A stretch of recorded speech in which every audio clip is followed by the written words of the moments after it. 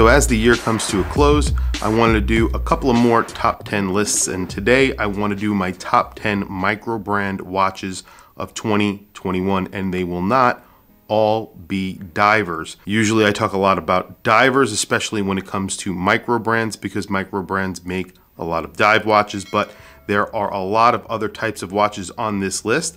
There are a lot of divers on this list as well. However, let me get right into it and you'll see what I'm talking about. So the first watch on the list is a diver. That is the Ticino Shellback, a 40mm watch, automatic, Swiss made. It had a Ronda Meccano R150.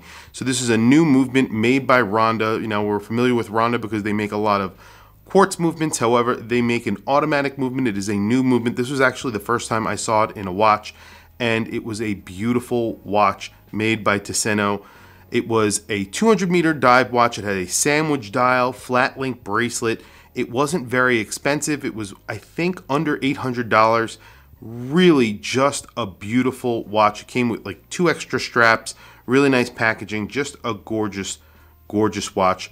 The ones that I had on the channel were the black dial and the blue dial. They make it with a no date as well, which you guys know I love. So really cool watch, and I am very excited to see the production models. Next on the list is Tipsum. Tipsum was a brand that came out of nowhere. I did not expect to see this watch this year. It was pretty awesome when I got my hands on it. The 200MC is the watch that I actually looked at. They make 2 different watches. They are in pre-order. I think they're going to be delivering in 2022 at some time.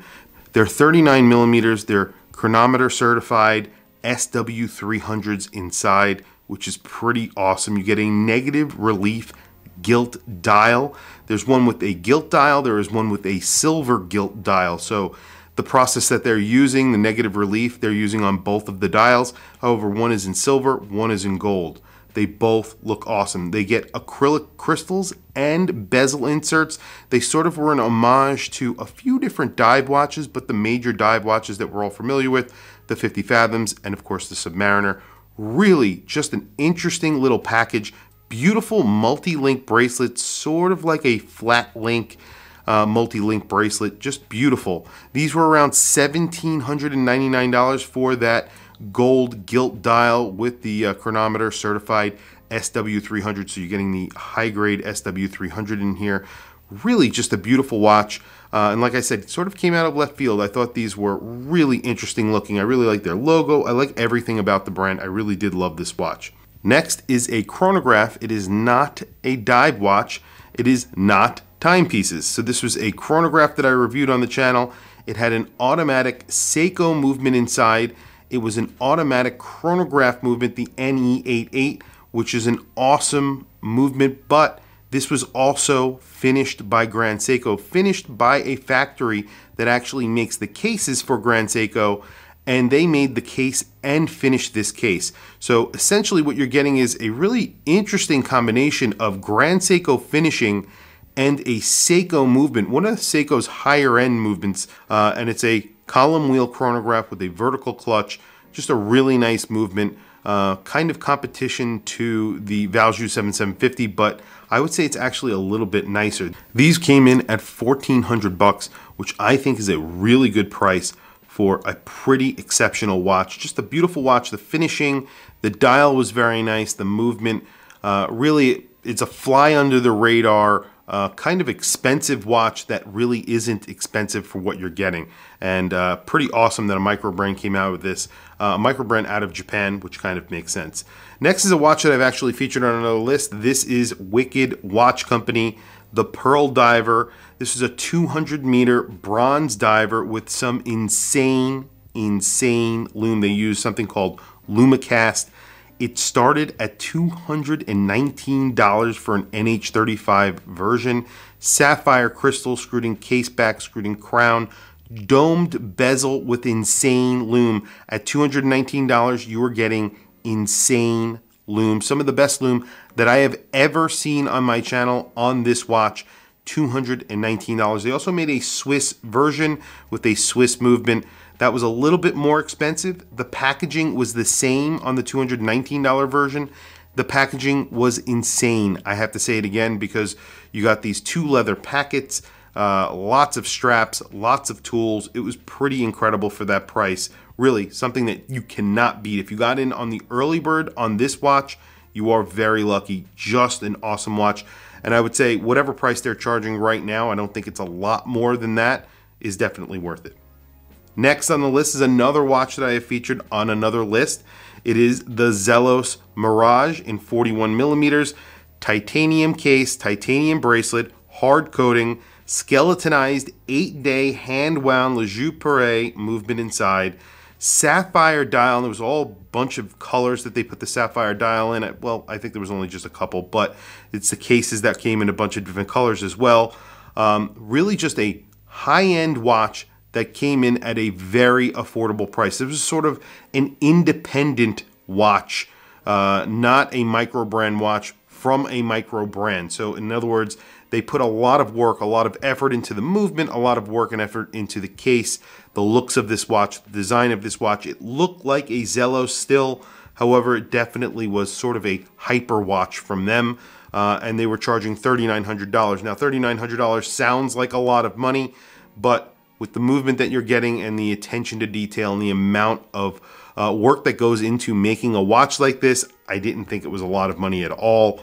And in fact, I wanted to buy one. The one I wanted actually sold out. But I keep my eyes open all the time, and hopefully this will show up on the Zelos Timekeepers Facebook group. And if one comes up for sale, perhaps I'll jump on it. Next on the list is a Christopher Ward. This is the C60 Concept. It was a beautiful dive watch that they made this year in conjunction with Armin Strom and a few other manufacturers to make some insane movements, insane cases, some interesting lume as well. These were 42 millimeters. It's another skeletonized watch like that Zelos Mirage.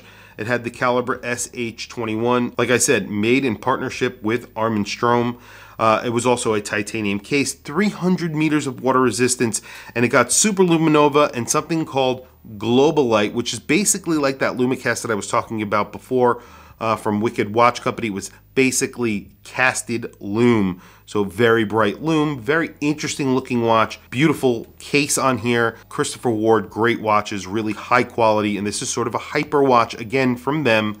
They're not charging a ton of money, $4,300, but you're getting something that if it came from a brand like AP or I don't know, just name any other brand that has a more recognizable name, and it would cost tens of thousands of dollars, not $4,300. So both of these watches, the Christopher Ward and the Zelos, hitting above their weight class here. So something that they've done in the past, and I hope they continue to do in the future.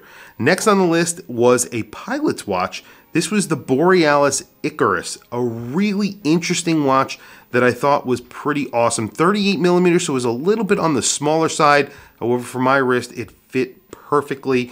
It had a Cerakote case, so they actually Cerakoted the case. Cerakote is basically a ceramic coating that goes on the case. It gives it a different color, and they went with a gray color, so it sort of looked like a sandblasted case, but it was pretty cool. It was really just an interesting little setup. They put a really nice brown, thick leather strap on it, and it got that Swiss automatic Ronda R150 again, which is the second watch that I saw with this movement this year. This got heat blued hands as well, black dial, just a really nice little pilot's watch, and it only cost $375. Right now on their website, they are selling this watch for $375. I think that is an excellent price, considering you get that Ronda R50, that new movement, the Cerakoted case, blued hands, heat blued hands, 38 millimeters. You really cannot go wrong, especially considering the little package they put this in. It looks beautiful. Next on the list was a watch that I really was smitten by. This is the Vaer D5 Pacific US Diver. It's a watch that is obviously inspired by the Omega Seamaster 300, one of my favorite watches of all time. This is a 200 meter dive watch. It's assembled in the United States. It's a 40 millimeter watch, and it got a Miyota 9000 series, Beautiful dial, really good lume on here, really nice bezel action. It came on a bracelet, pretty affordable as well. I think they're around 500 bucks on the bracelet.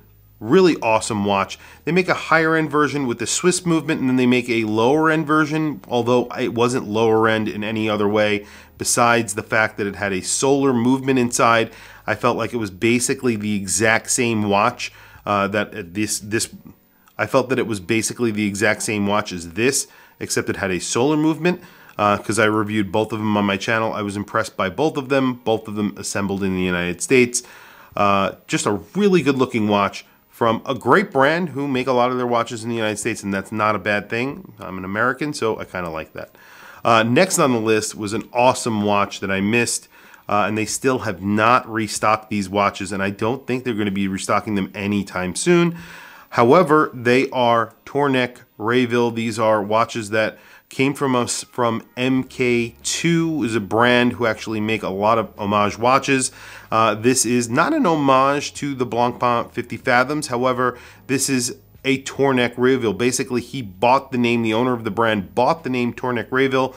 Tornek Rayville are watches that were rebranded 50 Fathoms. So essentially, they were having problems bringing 50 Fathoms into the country because they were not made in the United States. So a gentleman by the name of Tornek, Alan Tornek, actually bought the watches and rebranded them as Tornek Rayville. He actually made a partnership with Blancpain to actually import the watches and rebrand them as Tornek Rayville, basically getting around the Buy American Act that they had at that time.